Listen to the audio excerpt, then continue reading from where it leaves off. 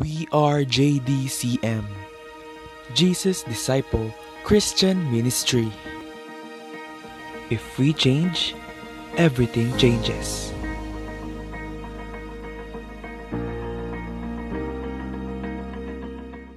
So sa gabi po ito, napakabuti ng Lord kasi marami po mga tao na hindi po naiintindihan or naunawaan ang patungkol po sa kahalagahan ng panalangin. Ngayon po sa gabi po ito, mayroon pong ituturo sa atin si Lord na bakit kailangan nating manalangin. Yun po yung mensahe ng Panginoon ngayong gabi na gusto pong ipaabot sa atin ng Diyos. Yun po yung mensahe ng Panginoon ngayong gabi na gusto pong ipaunawa sa atin ng Panginoon kung bakit nga ba kailangan nating manalangin. Marami kasi mga tao na nananalangin, pero bakit po hindi tayo tinutugon? Bakit po minsan hindi tayo sinasagot ng Diyos? Bakit minsan napakatagal tayong sagutin ng Diyos? At bakit nga ba kailangan nating manalangin bilang mananampalataya, bilang mga anak ng Diyos, bilang mga nakakilala sa Panginoon? Bakit nga ba kailangan nating manalangin? At sabi po ng salita ng Panginoon sa Awit 37 verse 4, sa Diyos mo hanapin ang kaligayahan at ang pangarap mo ay iyong makakamtan. Nakita po natin na kaya pala tayo dapat manalangin sapagkat sa Diyos natin mahanap yung dapat nating makita. Kasi marami pong taong may kalungkutan. Marami pong mga taong sawi sa buhay. Marami pong mga taong talagang nagagalumihanan, naguguluhan sa buhay. Pero sabi ng kanyang salita sa Awit 37 verse 4, sa Diyos po natin hanapin ang kaligayahan. At sabi rito, at ang pangarap natin ay sa Kanya natin makakamtan. So, kaya po tayo kailangan nating manalangin dahil sa Diyos pala natin makakamtan ang kaligayahang nais ng ating mga puso.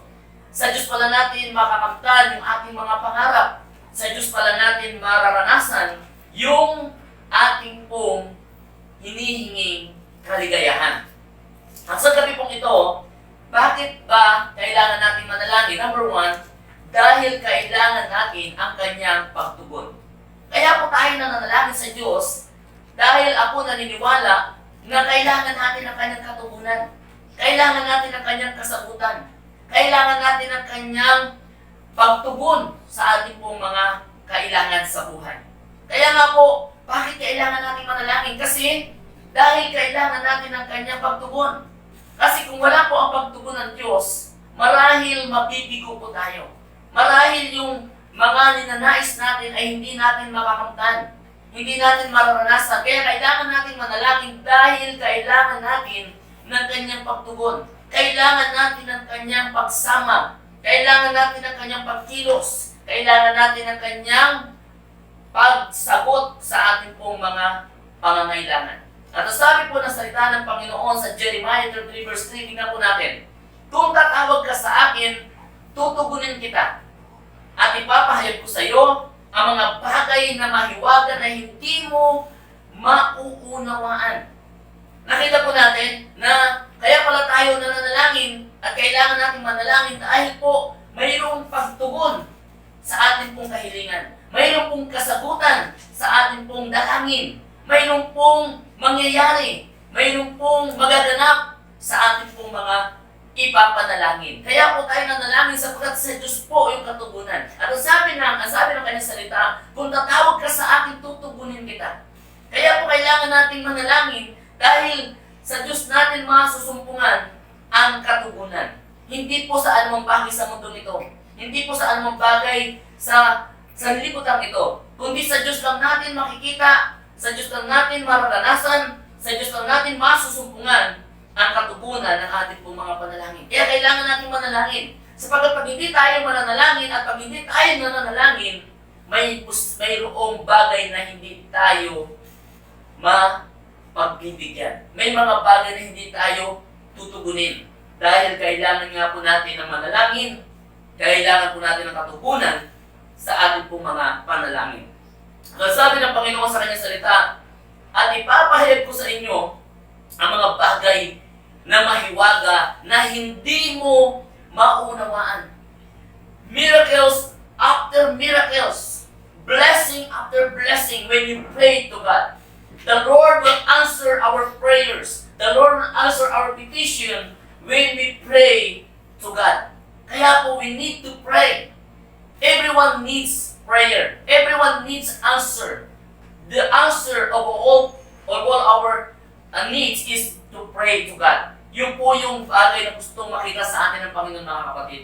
At ang sabi po ng Panginoon sa kanyang salita, sa Awit 116, verse 1 and 2, mahal ko ang Panginoon, pagkat ako'y dinirinig niya ako sa dalangin ko at hibig.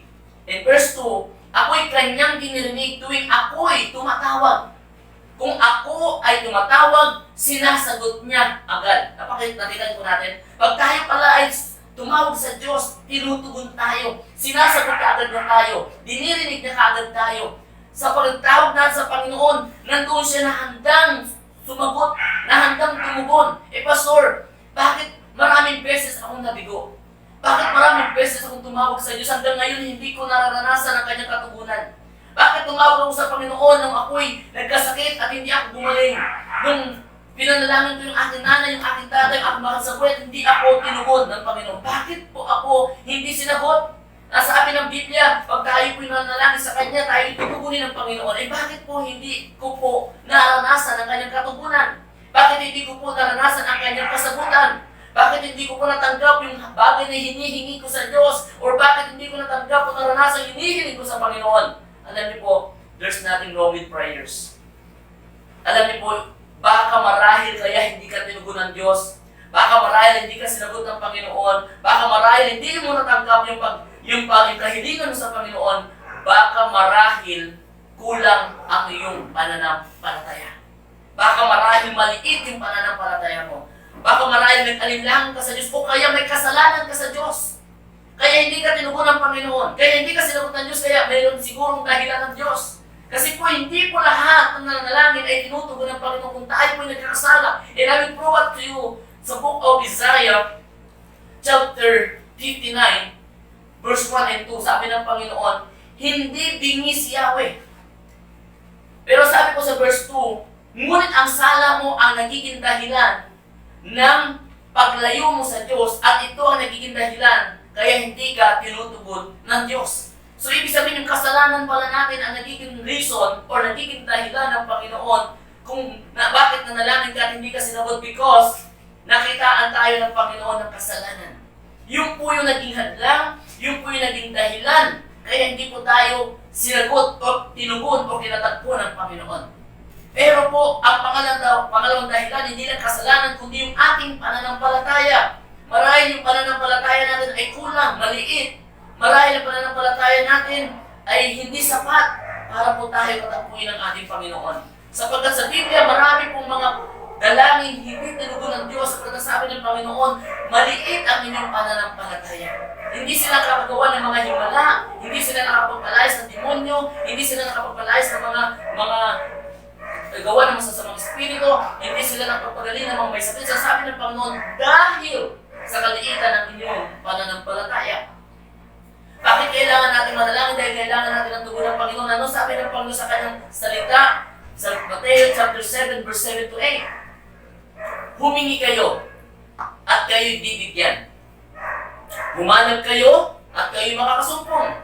Kumatok kayo at ang pinto'y bubuksan para sa inyo. Napasin po natin, ask shall be given, and knock shall be open, and seek shall be find. Makita po natin na sa Panginoon, mayroon lagi siyang katugunan. Mayroon lagi siyang kasagutan sa ating po mga panalangin. Nakikitaan po tayo ng Diyos na pag tayo pala ay nananalangin, alam ng Panginoon yung ating pong kalagayan. Alam ng Panginoon yung ating pangangailangan. Alam ng Panginoon yung ating sitwasyon. Alam ng Panginoon yung pagsubok na ating nararanasan.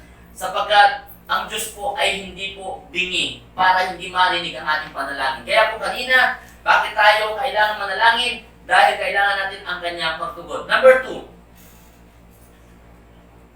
dahil kailangan natin ang kanyang tulong. Alam po natin na kung tayo po ay hiwalay sa Diyos, wala tayong magagawa. Kung tayo po ay malayo sa Diyos, wala po tayong pwedeng gawin. Kaya po, sabi rito, bakit kailangan nating manalangin? Number 2, dahil kailangan natin ang kanyang tulong. Dahil ang tulong lamang ng Diyos ang magiging kasapatan ng ating pong mga kailangan. Yung tulong lamang ng Diyos ang pwede natin mapanghawakan para po maranasan natin ang katugunan ng ating panalangin. Ano po sabi ng Panginoon sa kanyang salita sa awit 37 verse 5? Ang iyong sarili sa Diyos mo hanapin. Pagka nagtiwala kay tutulungan kang ganap. Nakita po natin, sabi po sa Psalms 37 verse 5, ang iyong sarili sa Diyos mo ilagak. Pag nagtiwala kay tutulungan kang ganap. Nakita po natin na sa pagtayo pa, kailangan pala natin manalangin dahil ang Diyos yung tutulong sa atin. Na hindi ka man natulungan ng iyong kapwa, hindi ka man natulungan ng iyong mahal sa buhay, hindi ka man natulungan ng sinumang tao, hindi ka man natulungan ng makapangyarihang tao o ng mayamang tao. Pero I guarantee you, church, the Lord will help you. The Lord will help you. Tutulungan ka ng Panginoon. Ano mang bigat ng sitwasyon mo ngayon, ano mang bigat ng problema mo ngayon, ano mang bigat ng pasanin mo ngayon, pag ikaw ay humingi ng tulong ng Diyos, ang sabi ng Panginoon, I will help you.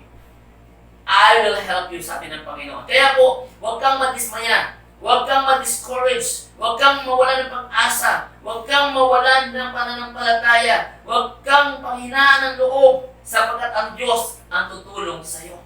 Sapagkat ang sabi ng Panginoon, ang iyong sarili sa Diyos mo ilaga. Pag mayroon kang problema, lumapit ka sa Diyos, humingi ka ng tulong sa Diyos, sapagkat ang sabi niya, pag nagtiwala ka sa Kanya, tutulungan Kanyang ganap. Ganun po yung Diyos natin.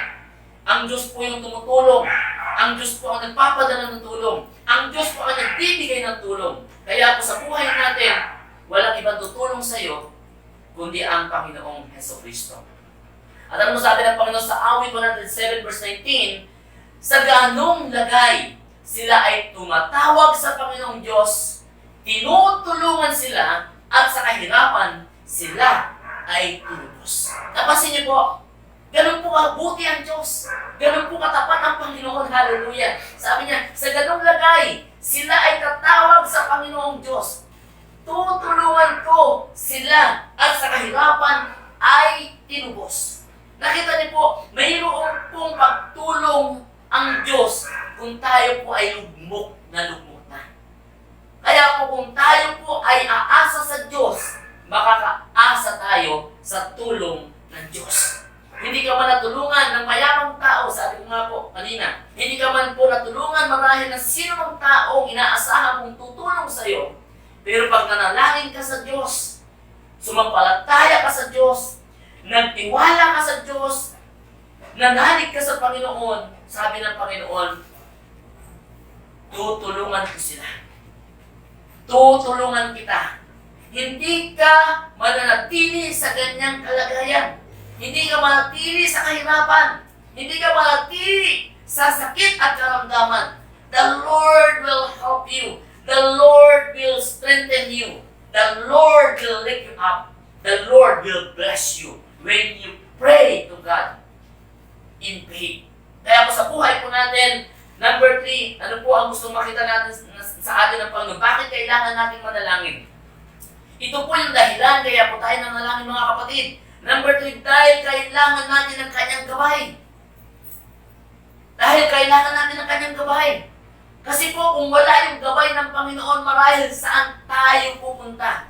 Marahil hindi mo alam yung patutunguhan mo. Marahil yung buhay mo walang direksyon. Marahil yung buhay mo walang patutunguhan. Marahil yung buhay mo ay puno ng kaguluhan dahil wala yung gabay ng Diyos. Wala yung tulong ng Diyos. Wala yung pagtugon ng Diyos. Kaya po ngayon, sabi niya, dahil kailangan natin ng Kanyang gabay, kaya po nananalangin tayo at kailangan natin manalangin dahil kailangan natin ng gabay ng ating Panginoon. At ano po sabi ng Panginoon sa Kanyang salita sa awit 23 verse 1-4?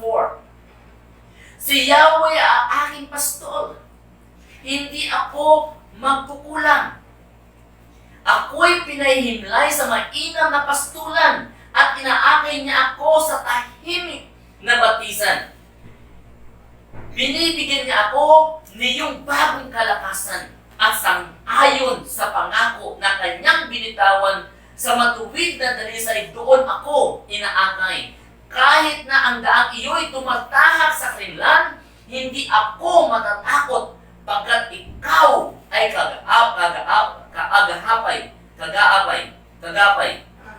kaagapay. Ang tungkod mo at pamalo, ang gabay ko at sanggalang. Nakita po natin, ang Diyos daw yung ating kaagapay. Yung Diyos daw natin yung ating gabay. Kaya pag sa Panginoon tayo lumapit, sigurado tayo po ay mapapaayos, tayo po ay mapapabuti, tayo po ay mapapaganda, tayo po ay magkakaroon ng maayos na takbuhin, maayos na lakarin sa buhay na ito. Mayroon tayong tatahaking maganda sa ating pong mga buhay, mga kapatid.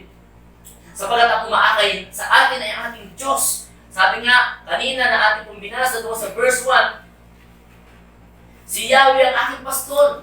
Mayroon tayong pastol na sa atin ay umaakay sa tamang landas, sa matuwid na daan, sa maayos na daan. Kaya hindi tayo mapapahamak, hindi tayo mapipinsala, hindi tayo masasaktan, hindi tayo madidisgrasya, hindi tayo maghihirap, hindi tayo magkukulang. Dahil ang Diyos ang ating pastol. Dahil ang Diyos ang umaakay sa atin. Dahil ang Diyos ay kasama natin. Kaya nga po, sabi sa isang kanta, dumaan man ako sa ilog, hindi ako malulunod. Dumaan man ako sa apoy, hindi ako masusunog.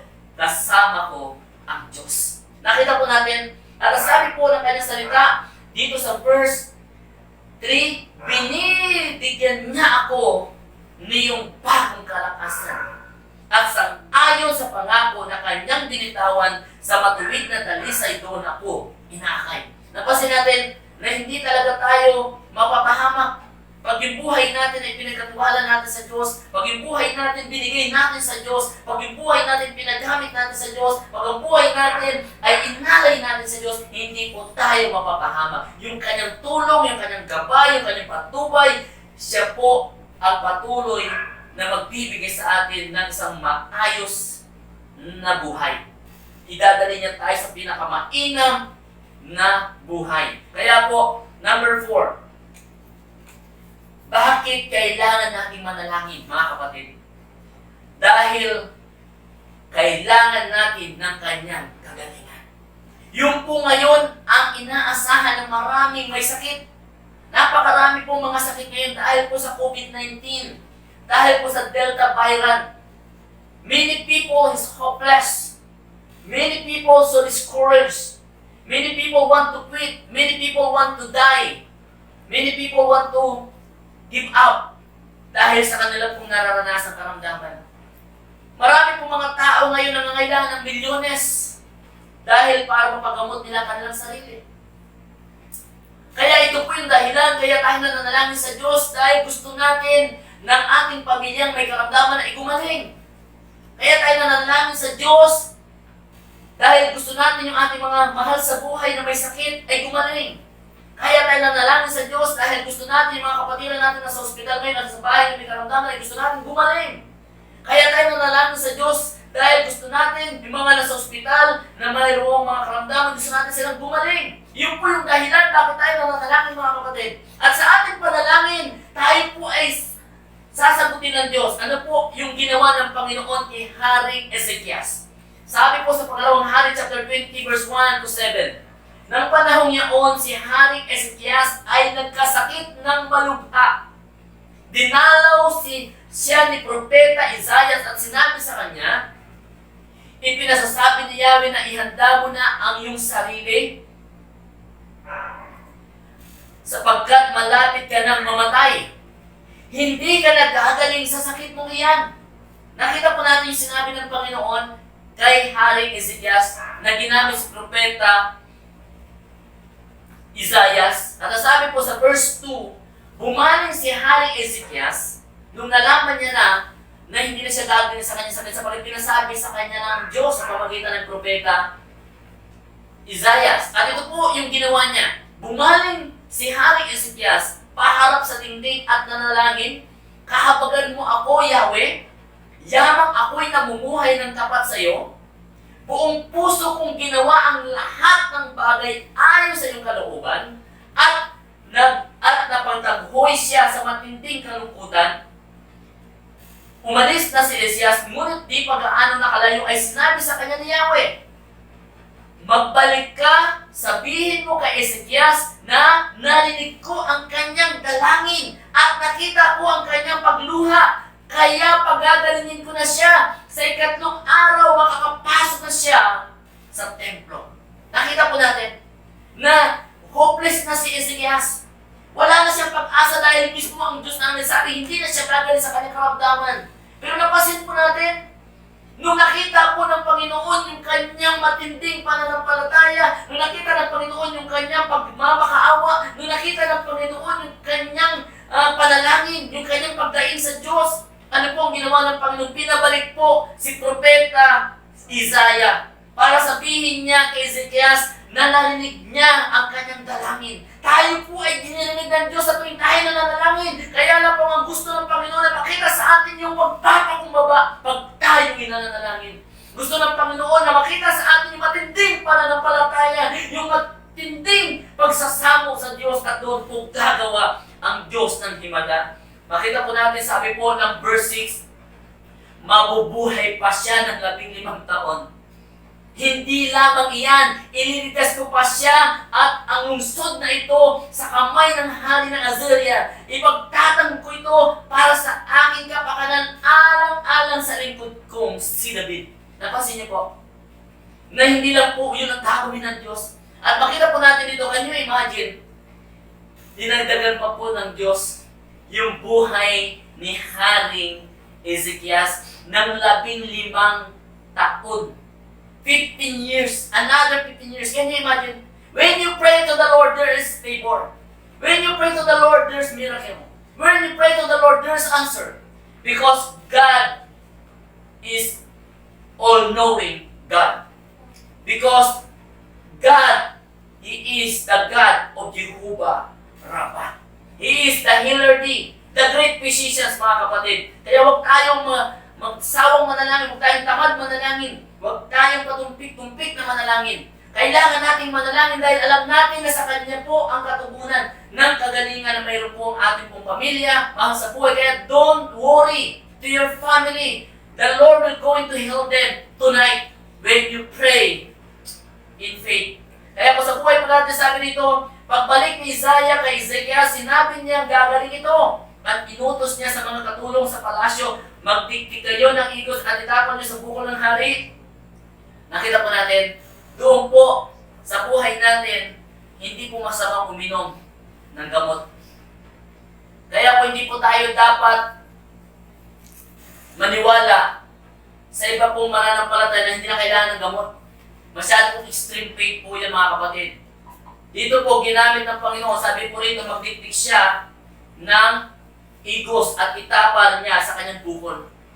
Ang gamot po ay nakakatulong sa atin. Ang gamot po ay instrumento ng Diyos. Kaya po, kung talagang mayroon tayong karamdaman at hindi natin kaya na talagang hindi na natin kaya yung sakit, kailangan uminom tayo ng makakatulong sa atin ng mga gamot na pwede nating gamitin para sa panlunas sa ating karamdaman. Sapagkat sabi nga na sa Diyos ang awa, nasa tao ang gawa. Kasi sa buhay po natin, sabi po sa Isaiah 53 verse 5, tignan po natin, dahil sa ating mga kasalanan, kaya siya nasugatan, siya ay binugbog dahil sa ating kasamaan. Tayo ay gumaling dahil sa pahirap na tinamon niya at sa mga hampas ng kanyang tinanggap. Nakita po natin, dahil sa lahat at sugat na tinamon ng Panginoon sa krus, tayo po ay nagsigaling, tayo tatanggap ng kagalingan. Kung tayo po ay mananalangin, kung tayo po ay mananampalataya. Kaya po, tayo po may mga sakit ngayon sa ating tahanan. Tayo po may mga karamdaman ngayon sa ating pong mga bahay o sa ating pong pamilya na sa ospital. Huwag kayong mag-alala, mga kapatid. Huwag kayong matakot, mga kapatid. Huwag kayong mabalisa. Huwag kayong panghinaan ng loob. Ang Diyos ang magpapagaling sa atin, sa Kanya, sa kanila, sa pamagitan ng ating pananalangin, may pananampalataya. At pag tayo nanalangin sa Diyos, tayo po'y tinutugon ng ating Panginoon. Amen po ba? Kaya sa gabi pong ito, ang sabi po ng Panginoon sa Kanya sa unang Pedro chapter 2 verse 24, Unang Pedro chapter 2 verse 24. Sa kanyang pagkamatay sa krus, dinala niya ang bigat ng ating mga kasalanan upang tuluyan na nating iwan ang pagkakasala at mamuhay ayon sa kalooban ng Diyos. Kayo'y gumaling sa pamagitan ng kanyang mga sugat. Makita po natin na tayo po pala ay gumaling sa pamagitan ng sugat ng Diyos na ating Panginoong Jesucristo na tinamo niya sa krus ng Kalbaryo. Kaya po, ang Diyos po ang bibigay sa atin ng kagalingan. Kaya bakit kailangan natin manalangin? Dahil kailangan natin ang kanyang kagalingan. Dahil alam natin, pag nanalangin tayo sa Diyos, sa Kanya magmumula ang kagalingan. Siya ang magbibigay lunas sa lahat ng anumang uri ng sakit at karamdaman. Kaya po mga kapatid, sa gabing ito, sabi po ng salita ng Diyos sa atin po pagtatapos, Awit 16, 5-6, Awit 16, verse 5-6, Ikaw lamang, O Yahweh ko, ang lahat sa aking buhay. Ako yung tinutugon sa lahat kong kailangan. Nakita po natin? At sabi po ng verse 6, ang biyayang kaloob mo ay kahanga-hanga. Tunay, kay inang na kaloob mong sa akin ay ibinigay. Napansin po natin na wala pong mananalangin sa Diyos na walang katugunan mula sa Diyos. Kaya po sa Diyos po ang papuri, sa Diyos po ang pagsamba. Kaya sa gabi pong ito, mananalangin ako kapatid. Kung ikaw po may karamdaman sa gabi ito, nandiyan sa iyong higaan, o nasa ospital ka man ngayon, sa iyong pamilya na may karamdaman, I will pray for you tonight. Hallelujah. Let us pray. Heavenly Father, we thank you for this wonderful night that you give it to us, Lord. Wala po kami ibang naisin, wala kami ibang gusto sa gabi ito, Panginoon, kundi mabigyan ka ng pinakamataas na karangalan, pinakamataas na pagsamba, pinakamataas na papuri, paglalahati, pagkakita sa iyong pangalan. Panginoon, kagaya ng mensahe mo, bakit kailangan namin manalangin? Dahil alam po namin sa iyo, Diyos, ang katugunan. Dahil ikaw, Diyos, ang tutulong sa amin. Dahil ikaw, Diyos, ang magbibigay sa amin ng gabay. At higit sa lahat ngayong gabi, sa iyo po namin ipinagkakatiwala ang lahat ng may mga sakit at karamdaman. Ikaw po na nanonood ngayon sa live stream, church. Kapatid, ano man ang karamdaman mo, lagi mong tandaan mayroong pag-asa. Lagi mong tandaan na sa Diyos ay mayroong kagalingan. Lagi mong tandaan na sa Diyos ay mayroong kasagutan. When you believe to the Lord Jesus Christ tonight, whatever sickness, whatever disease, whatever pain na nararanasan mo ngayon, receive it that you are healed right now in the name of Jesus. And by the stripe of Jesus, according to His word in the book of 2 Peter, 1 Peter chapter 2, verse 24, you are healed in Jesus' name. Receive it that healing. Receive it that healing in the name of Jesus. Tanggapin mo kagalingan yan. Sa gabi ito, ang Diyos ay gumagawa sa iyo ngayon. Ang Diyos ay kumikilos sa iyo ngayon. May cancer ka man, may diabetes ka man, high blood man, anumang uri na sakit karamdaman, marahil kinalingan ka na ng doktor, marahil wala ka ng pag-asa, marahil ngayon sa gabi ito ay ikaw ay may COVID-19, ikaw ngayon ay dumaranas na matinding sakit at karamdaman, sakit sa buto, marahil ikaw ngayon ay may iniindang sakit sa lalamunan, marahil ikaw ay may lagnat, may sipon, marahil ikaw ngayon ay mayroong bukol, mayroong sakit na anumang hindi na kayang lutasin ng doktor, hindi na kayang lutasin ng anumang medisina. Sa gabi ito, naniniwala kami at nananampalataya kami para sa iyo na kaya kang pagalingin ng Diyos ngayong gabi saan ka man naroon.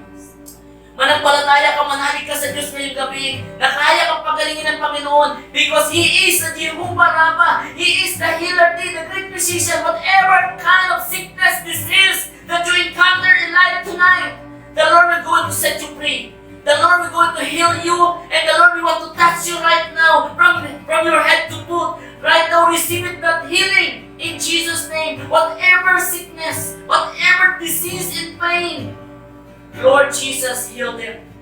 We believe in you, Jesus. Thank you, Lord. Receive it, that healing. Kung ikaw ngayon, kapatid, ay nangangailangan ng trabaho, and I believe in by faith, when you find work in the company o saan mang hahanap ng trabaho, sa tamang panahon, ibibigay ito sa inyo ng Diyos. Pagpapalain ng Diyos yung trabaho kung hinahanap mo para sa'yo. At sa gabing ito, kung ikaw ay mayroong matinding dinanas sa problema at pagsubok, hindi lunas yung pagpapakamatay, hindi lunas yung pagpapatiwakil sa buhay. Ang lunas ay lumapit ka sa Diyos. Pagagalingin ka ng Diyos. Sasagutin ka ng Diyos. Bibigyan ka ng Diyos ng lakas at pag-asa. Bibigyan ka ng Diyos ng kasagutan. Hindi kasagutan ang pagpapakamatay. Ang kasagutan ay ang paglapit mo sa Diyos. Binibigyan ka niya ngayon ng pag-asa. Kung ikaw ngayon ay pinanghihinaan ng loob, kung ikaw ngayon ay may dinaranas matinding pagsubok at problema, sumampalataya ka sa Diyos. Manalig ka sa Diyos. Pagpapalain ka ng Diyos. Sa gabing ito, Panginoon, salamat po. Kung ikaw ngayon ay mayroong kahilingan sa gabing ito, just come to God. Just pray to the Lord. Just close your eyes and pray and have faith in God. Kagaya ng mensahe ngayong gabi. Bakit mo kailangan manalangin? Dahil kailangan mo ng tugon ng Diyos. Dahil kailangan mo ng pagsagot ng Diyos sa iyong panalangin. Bakit kailangan mo manalangin? Dahil kailangan mo ng tulong ng Diyos. Tulong ng pamilya mo. Tulong na mahal mo sa buhay. Hindi mo kaya. Dahil sabi ng Biblia, kung ikaw ay hiwalay sa Diyos, wala kang magagawa. Bakit kailangan mo manalangin? Dahil kailangan mo ng kanyang gabay. Dahil nalilihis ka na ng gabay. Nalilihis ka na ng landas. Nalilihis ka na ng nilalakaran. Kaya, kailangan mo ng kanyang gabay. Upang mapaluto ka, upang maging mabuti ang iyong buhay. At sa Diyos mo lamang niya natatagpuan. Bakit kailangan mo na manalangin? Kailangan mo ng kagalingan. Kung ikaw ay nanghihina at lalaging sa pananampalataya mo, muli kang palalakasin ng Diyos. Just come back to the Lord. And the Lord will going to restore you. The Lord will going to revive your spirit. The Lord will going to strengthen you. The Lord will going to transform your lives. Just come to the Lord right now. Sabi ng Panginoon, share sa kanyang salita sa Mateo chapter 11, verse 28 to 29, come unto me in all you heavenly laden, and I will give you rest for your soul. Sabi niya, lumapit ka sa akin. Ikaw na napapagal. Ikaw na nabibigatan. Ikaw na may problema at pagsubok na dinaraanan. Ilapit mo ngayon ang iyong pamilya. Kung hindi pa sila nakakilala ngayon, ito na yung panahon mo. Ito na yung oras mo. Nagdulog mo sila sa Diyos. At idulog mo sila sa Panginoon. Panginoon, hipuin mo ngayon ang kanilang puso. At sila'y makakilala sa iyo. Dalangin po namin ang kanilang kaligtasan. Sa pangalan ni Jesus, tanggapin mo yan, church. Tanggapin mo yan, kapatid. Na isang araw makakasama mo ang iyong pamilya. Makakasama mo yung mahal sa buhay sa pagsamba sa paglilingkod sa Diyos. Manatili kang tapat sa Diyos. Manatili kang sumunod sa Panginoon. May gagawin ang Panginoon. Maraming salamat po sa gabi ito, Panginoon, na nagpupura God, na ginawa mo na po, na tinugon mo na po, na sinagot mo na po ang aking panalangin. Kung ikaw ngayon ay namumblema sa negosyo mo, aayusin ng Diyos. Kung ikaw ay magbabalik loob sa Diyos, kung ikaw ay susunod sa Diyos, kung ikaw ay maglilingkod sa Diyos, kung ikaw ay magiging tapat sa Diyos, aayusin ng Diyos yung problema mo ngayon sa negosyo, sa iyong trabaho ngayon. Kung nawalan ka ng trabaho, ibabalik ka ng Diyos sa trabaho mo. At kung ngayon, wala kang pera, kung ngayon, marami kang problema sa buhay, just trust God. Just believe in God, believe in Him. Believe in His power, believe in His Word. Just obey God, just serve God. Just worship the Lord despite of your trials. In good times, in bad times, you need to worship Him. You need to pray. You need to obey God. Church, mahal na mahal ka ng Panginoon. I feel the Holy Spirit in our midst tonight. The Holy Spirit is here. It is written in the Word. Sabi niya sa kanyang salita, 2 or 3 gathered in His name, I am there in the midst of you. Sabi niya, 2 o 3 nagkakating ko sa pangalan ko, narito ako sa inyong kalagitnaan. Church, maraming salamat sa Panginoon. Tinugon ka na ng Diyos, tinatagpo ka na ng Panginoon, wala ka nang dapat ipag-alala. Maraming salamat, Panginoon. Sa gabing ito, kami po'y kinatagpo mo. Salamat sa iyong mensahe na tinuro mo sa amin ang 4 na bagay na pinakamahalaga kung bakit kami kailangang manalangin. Kung bakit kami dapat manalangin. Bakit kami nananalangin? Salamat po. Silihan niyo po ang lahat ng aming panalangin nang ipapagpala at mapapanay dugo na nabubos sa krus ng Kalbaryo. Tanggapin mo ang pinakamataas namin pagsamba, karangalan, walatian, kalakilaan sa natanging pangalan ng Ama, ng Anak, at ng Espiritu Santo, sa pangalan ni Jesus, lahat ng anak ng Diyos nagsabi na, Amen. Yes, the Lord. Sige po, para sa Lord.